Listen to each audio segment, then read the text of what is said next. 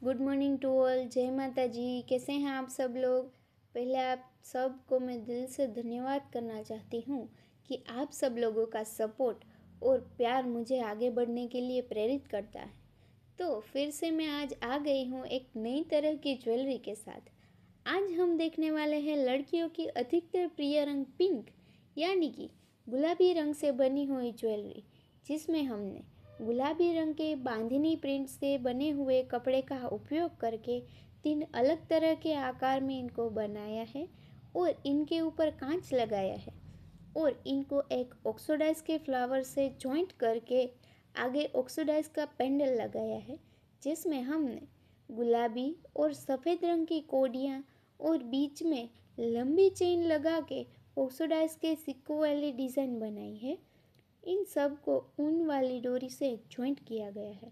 अब एयरिंग्स की बात करें तो सेट जैसे ही आकार में बांधनी प्रिंट के कपड़े में इनको बनाया गया है और नीचे 2 कोडियाँ और बीच में लंबी चेन के साथ ऑक्सीडाइज के सिक्के वाली डिज़ाइन बनाई गई है।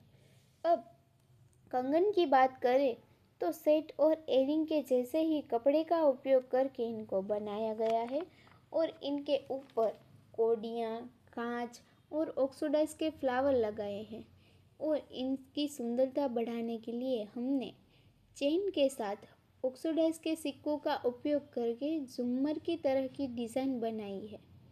इस तरह से सेट, एयरिंग और कंगन से हमारा ये पूरा ज्वेलरी का सेट बनता है, जो दिखने में बहुत ही मनमोहक है।